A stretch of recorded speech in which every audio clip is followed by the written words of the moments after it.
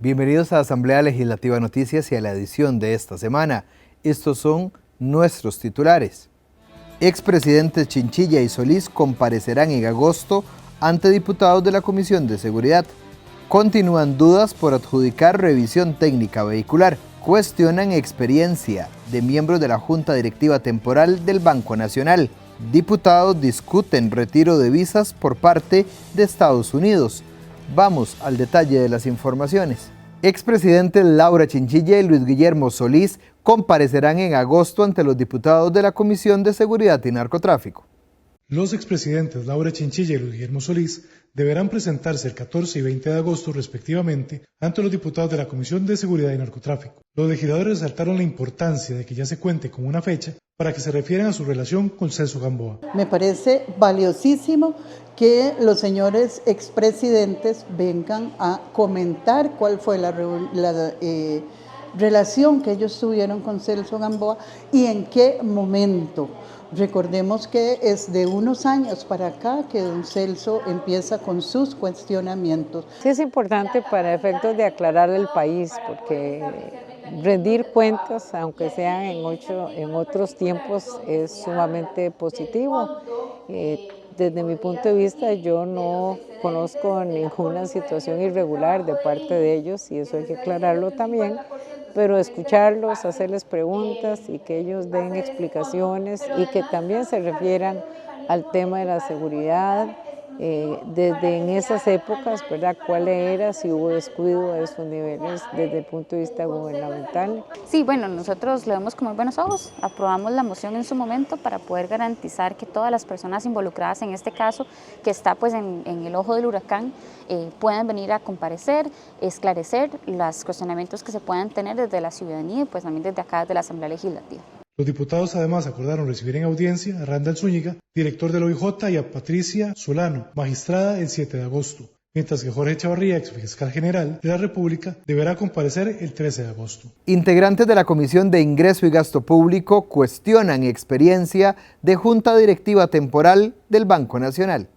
Los miembros temporales de la Junta Directiva del Banco Nacional, Anabel Chávez Soto, María Brenes Quesada, María del Milagro Solórzano León, Noelín Suárez, Maximiliano Alvarado Ramírez y Rolando Saborío Jiménez recibieron una serie de cuestionamientos sobre su experiencia para llegar al cargo. Durante el interrogatorio, Anabel Chávez Soto reconoció a la diputada socialcristiana Vanessa Castro que no cumple con el tiempo que permita acreditar su experiencia para dicho cargo según las normas de CONACYF. Periodo de tiempo. Sí, ¿Y lo cumple usted?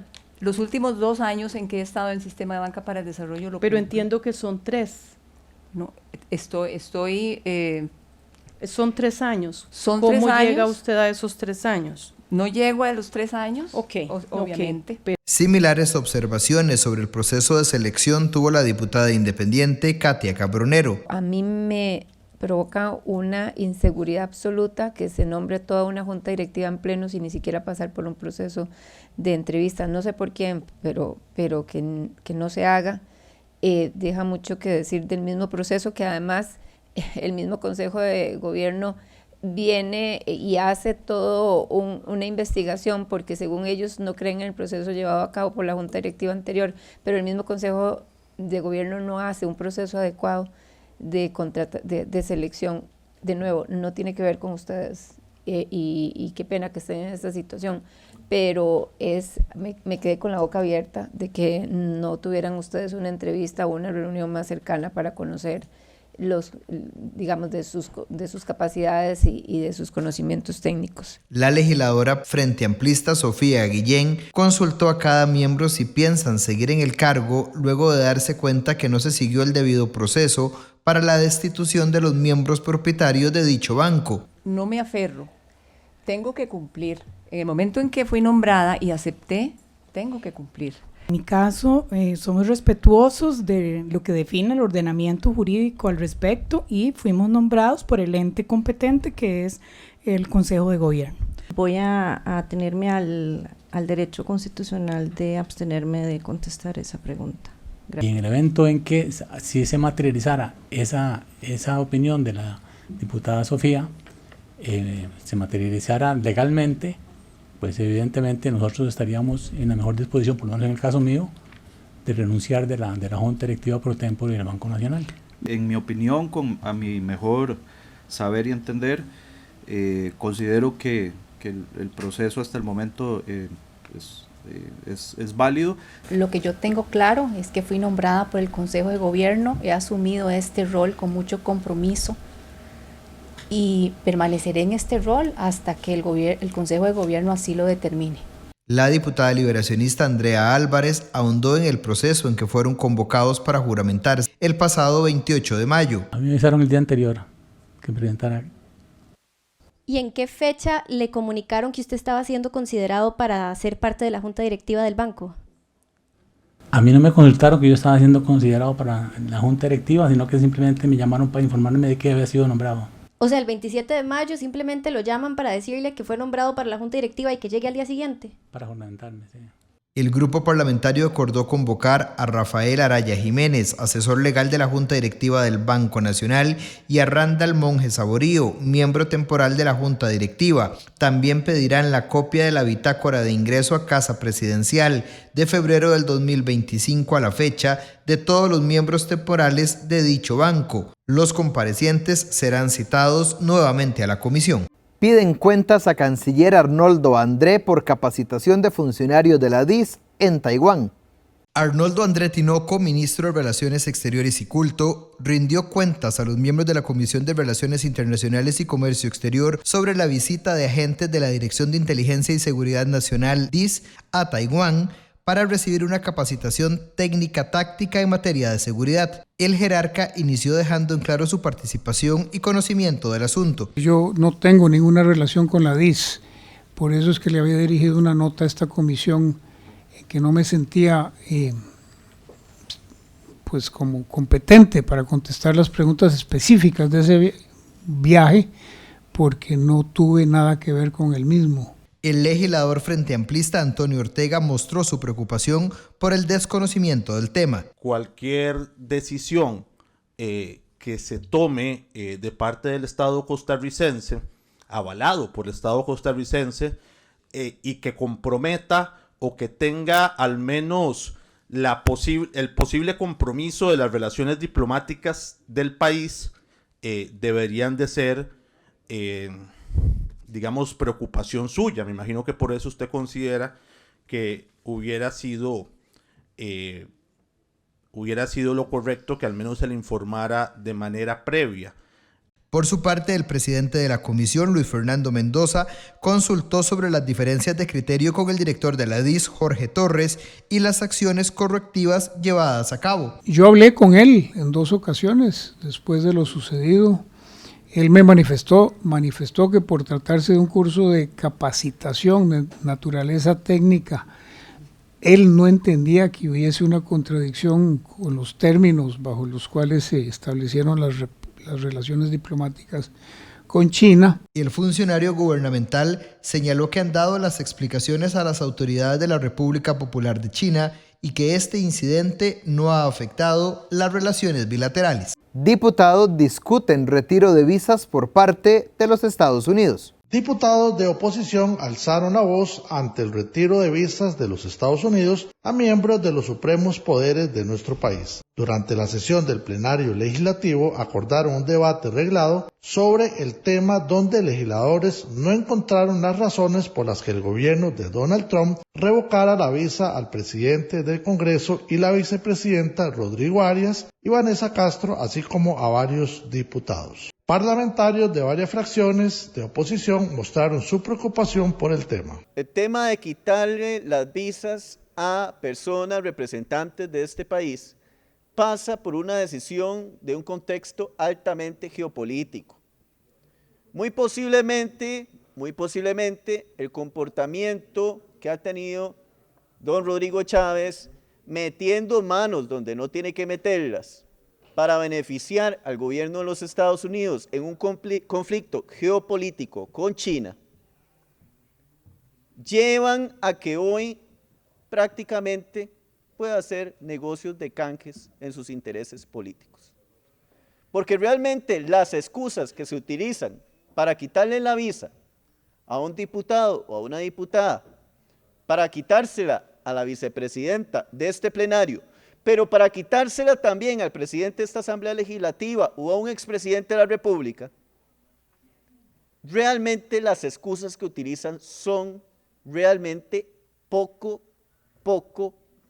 contundentes. A mí la visa no me la quitó el señor Trump, sino durante el gobierno de Biden. Ahí hay algo conversado. No tengo pruebas, pero no tengo ninguna duda. La soberanía de Costa Rica no se puede negociar por una visa. La libertad de expresión no la podemos negociar por una visa. La visa debe ser utilizada para que la gente tenga la oportunidad de conocer otro país, no como un castigo político a algo que no se ha hecho. La dignidad no tiene precio, ni tampoco pasaporte. El ministro de Relaciones Exteriores que estuvo aquí nunca dio explicaciones claras sobre ese tema. Por otro lado, también es sumamente importante comprender que de esta Asamblea Legislativa han quitado a varios funcionarios la visa. Esto es un ataque no solo personal, por supuesto, porque es desagradable, sino también es un tema de soberanía, es un tema del marco institucional costarricense. Costa Rica ha sido a nivel mundial de un país amistoso y un país democrático. No somos países de izquierda. Le pido a los compañeros del oficialismo que valoren una serie de temas, una serie de observaciones que ellos hacen tan a la ligera y que lo afecta a uno verdaderamente. Yo quisiera, si el diputado Vargas dice que hay un interés genuino por aclarar este tipo de cosas, yo le pido al presidente de mi país y al ministro de Relaciones Exteriores que le pregunten al gobierno de los Estados Unidos por qué nos están quitando las visas. Me extrañan de sobremanera, y también creo que no es algo menor, que el retiro de la visa se le haga a una persona que ha demostrado durante sus años de servicio a este país haber defendido y luchado por tener buenas relaciones internacionales y principalmente con Estados Unidos, demostrado con la responsabilidad que asumió la defensa del Tratado Libre de Comercio con Estados Unidos y que hoy, desde entonces, son nuestros principales socios comerciales. La diputada oficialista Pilar Cisneros también se refirió al tema. Trump está quitándole visas a medio mundo en América Latina especialmente. Y le pedí a mis periodistas para compartir con ustedes algunos de los títulos que han salido en las últimas semanas. Estados Unidos restringe visas a congresistas guatemaltecos por socavar la democracia. Colombia dice que Estados Unidos retira visas a funcionarios del ex M-19. Estados Unidos habría ordenado retirar las visas a algunos funcionarios del gobierno de Petro. Petro confirma que efectivamente Estados Unidos le retiró la visa. ¿Y sabe cómo le contesta? Ya vi al Pato Donald varias veces, entonces me voy a ver otras cosas, dice Petro.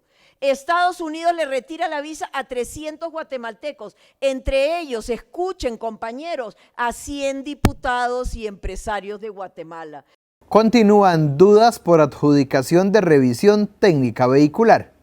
Los diputados de la Comisión de Infraestructura le externaron una serie de dudas al jerarca del MOP en Fray Celedón sobre el proceso de adjudicación de la revisión técnica vehicular. Vamos a ver, el 4 de junio en conferencia de prensa, usted con el presidente de la República dijeron que el proceso licitatorio actual se desecharía y que la decisión era abrir un concurso nuevo. ¿De quién fue la decisión de descartar el proceso? Gracias, señora diputada. Sí, efectivamente, ante una gran cantidad de cuestionamientos se considera que es la mejor opción Sin embargo, bueno, la decisión definitiva le corresponde a la Junta Directiva de COSEBI. Pero vamos a ver, ¿cómo es que ustedes anuncian que van a descartar un proceso sin ni siquiera haber consultado a la Junta Directiva? Yo creo que esto ha sido un enorme error desde el principio con este proceso de inspección técnica vehicular, porque en su momento Luis Amador inició igual. Hemos visto que ya ha pasado bastante tiempo y en su oportunidad, don Efraín, se habían reconocido algunas debilidades en todo este proceso.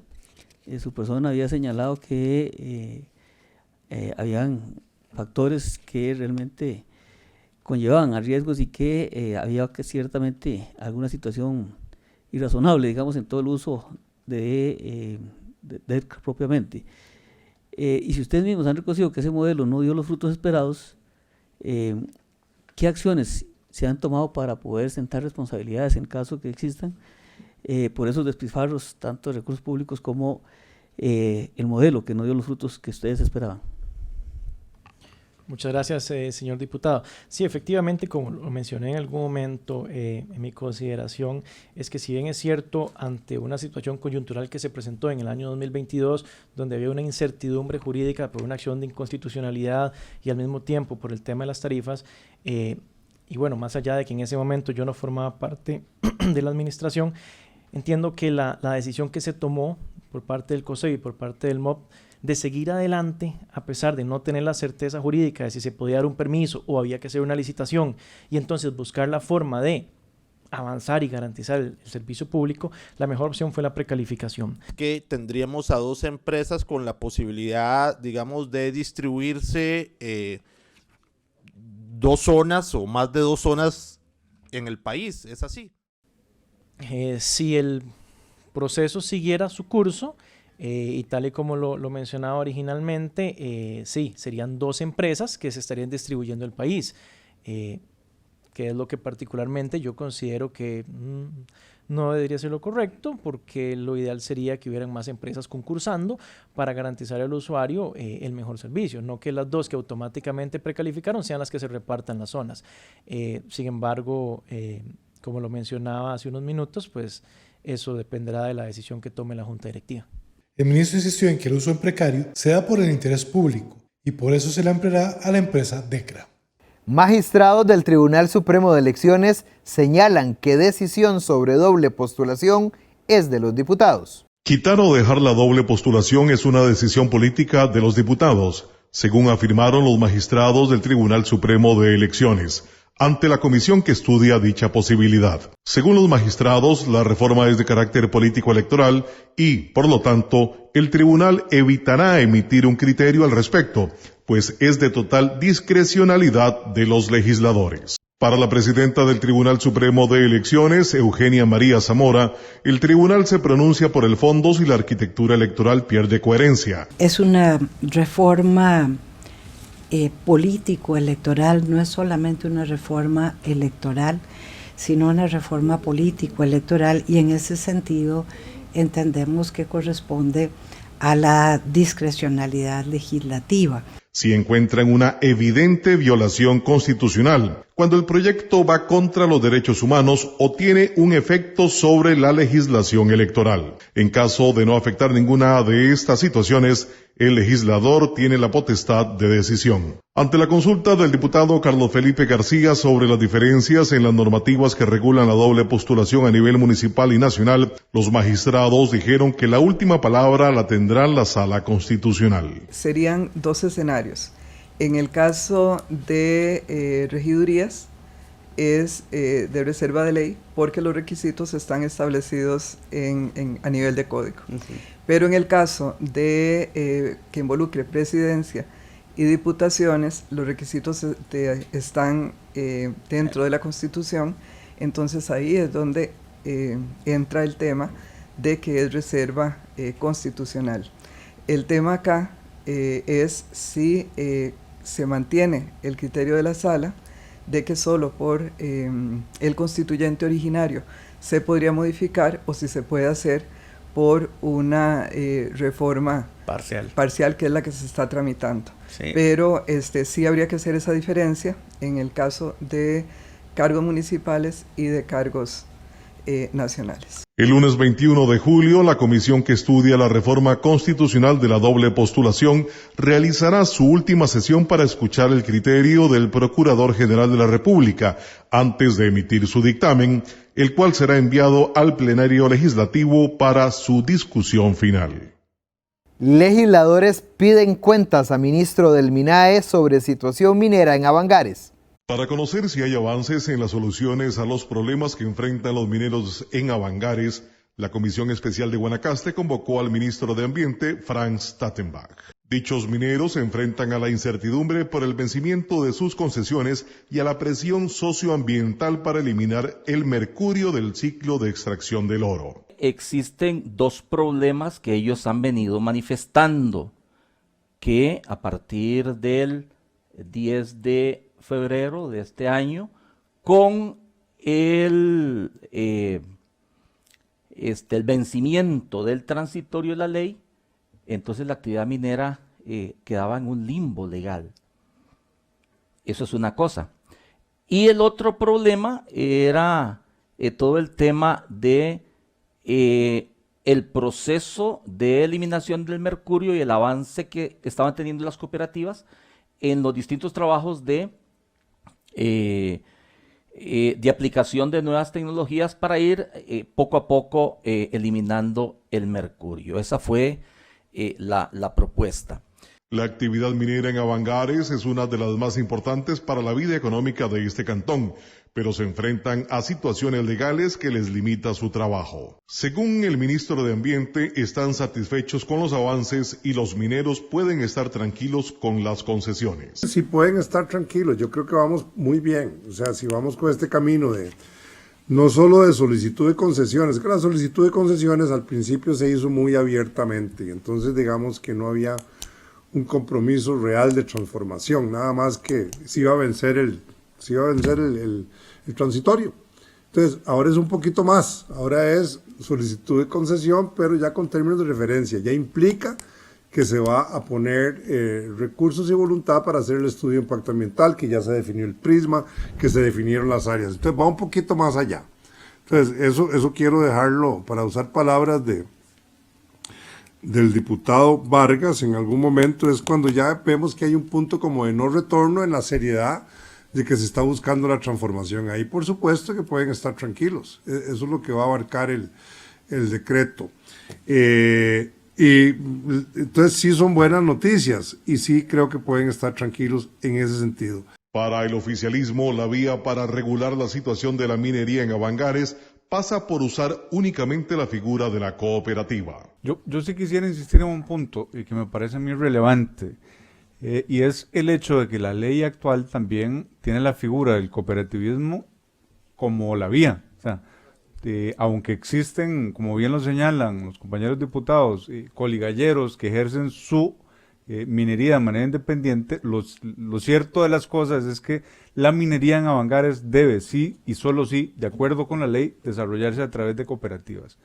En ese sentido, habilitar, por ejemplo, lo que establece el proyecto de ley para que cubra todo el que lleva actividad minera hasta el 2030, desincentiva, como bien se ha planteado también, la posibilidad de cooperativizarse y de regularizar la actividad. Por eso es que consideramos sumamente importante seguir con esta línea que ustedes nos han expuesto hoy. Normalizar las concesiones a las cooperativas y eliminar el mercurio de la actividad minera que desarrollan en Avangares es del interés de los diputados que integran la Comisión Guanacaste. Cuestionan informe para destituir a miembros de la Junta Directiva del Banco Nacional. Los miembros de la Comisión de Ingreso y Gasto Público siguen preocupados por las decisiones que tomó el gobierno en contra de la institucionalidad y autonomía del Banco Nacional. La diputada Luz María Alpizar dejó en claro su preocupación por las decisiones que está tomando la Junta Directiva Interina del mayor banco del país. Esa junta está tomando hoy decisiones sobre el banco. Las decisiones que tome esa junta, porque ustedes van a poner otra, no están en el mismo nivel de responsabilidad que cualquier otro tipo de junta que se nombre. Tiene limitaciones, o donde podemos referenciar hasta dónde llega una junta pro tempore, es decir, que si nada más es como para ir sosteniendo procesos administrativos, pero no las decisiones, o tiene limitación de acción esa junta. La diputada presidenta de la comisión, Dinora Barquero, mostró también su preocupación con el nombramiento de Jeremy Moya Bermúdez como responsable del órgano director del procedimiento sancionatorio. Un 3 de febrero nombran un funcionario como consejero presidencial y el 10 de febrero lo nombran como órgano director de algo tan importante como la destitución de la junta directiva del órgano director para investigar a la junta directiva del banco más importante, con más personas que concurren en su caudal de finanzas. A 7 días. A 7 días, exactamente a una semana. Ante los cuestionamientos recibidos, Yara Jiménez Fallas, secretaria del Consejo de Gobierno, se defendió explicando los alcances del trabajo llevado a cabo. Nosotros estábamos cuestionando a la persona que se nombró. No, nosotros estábamos cuestionando el proceso. Incluso no fuimos nosotros, como dice usted, que somos técnicos, sino justamente fue en primera instancia el Consejo de Gobierno y después el órgano decisor nombrado, que fue el señor vicepresidente, quienes sí tienen las facultades suficientes para eso. La comisión seguirá con la investigación sobre las acciones del Poder Ejecutivo en contra de la institucionalidad y autonomía del banco.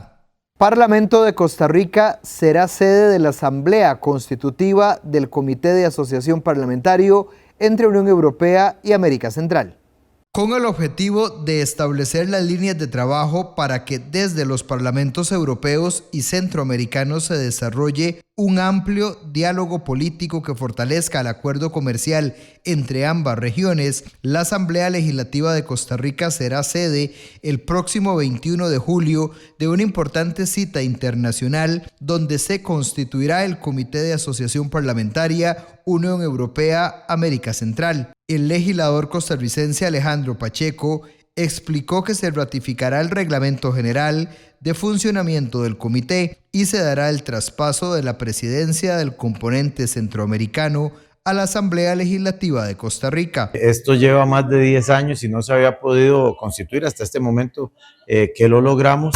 Entonces vamos a recibir la cantidad más grande de diputados aquí en esta Asamblea Legislativa extranjeros. Vienen 15 diputados aproximadamente de la Unión Europea, más 12 diputados centroamericanos y el presidente del Parlamento Centroamericano. En esta actividad tan importante que vamos a tener, Costa Rica va a asumir la presidencia de esa entidad y la vicepresidencia. Desde el 2013, Costa Rica suscribió un acuerdo de cooperación con la Unión Europea que tiene dos componentes: el comercial, que lo lidera el Poder Ejecutivo, y el parlamentario, integrado por parlamentarios de la Unión Europea y de Centroamérica. La parte centroamericana era representada únicamente por miembros del Parlamento Centroamericano. El diputado Luis Fernando Mendoza señaló la importancia de este evento, destacando que Costa Rica lidera el intercambio comercial con la Unión Europea. Aquí es importante indicar que este componente parlamentario debe tratar, de acuerdo con este, valga la reiteración, de este acuerdo de asociación comercial, debe desarrollar, digamos, 3 pilares: el pilar comercial, el pilar de cooperación y el pilar de diálogo político. Entonces, ahí, precisamente en esa gran asamblea, además de aprobar lo que serán los reglamentos de funcionamiento de este grupo, de este grupo de diputados, vamos a generar discusión para ver de qué manera se abordan precisamente estos 3 pilares, principalmente el de diálogo político. Ahí lo que se pretende pues es establecer, formular las líneas de trabajo para que desde los parlamentos europeos y centroamericanos desarrollemos con más fortaleza el acuerdo de asociación comercial entre Centroamérica y la Unión Europea. El evento será el próximo lunes 21 de julio desde las 9:30 de la mañana en el Salón de Jefes de Estado, presidentes y presidentas de la República de la Asamblea Legislativa de Costa Rica, y a las 3:30 de la tarde de este mismo día